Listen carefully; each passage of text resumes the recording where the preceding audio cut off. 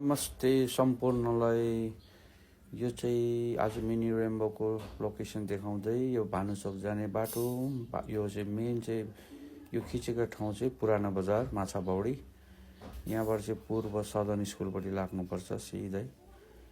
यसरी जाँदा जाँदा सिधै काहीँ नछोडी सिधै सदन स्कुल पुग्नुपर्छ। सदन स्कुलबाट चाहिँ तपाईँको ठक्कै यो सदन स्कुल जाने बाटो हो। यो सिधै भौडीबाट सदन स्कुल चाहिँ पुग्नु पर्यो। यो सदन स्कुल आइपुग्यो। यहाँबाट दुई ठाउँ जाने बाटो छ, तर दाहिने मोड्नुपर्छ तलपट्टि। अनि यहाँबाट सिधै सिधै सिधै सिधै सिधै सिधै जाँदै जाँदै जाँदै जाँदै जाँदै यहाँबाट सिधै जाँदै यहाँबाट बुढो सुब्बा चोक आइपुग्नु पर्यो। अनि बुढो सुब्बा चोक चाहिँ यहाँ टक्कै आइपुग्छ। बुढो सुब्बा चोक अलिकति सदन स्कुलबाट अलिक हिँड्नुपर्छ, अलिक छ बाटो। अनि यो सिधा अगाडि चाहिँ बुढो सुब्बा चोक आइपुग्यो। बुढो सुब्बा चोकबाट चाहिँ तपाईँको 100 मिटर जस्तो सिधा गएपछि चाहिँ तपाईँको पिण्डेश्वरी चोक आइपुग्छ।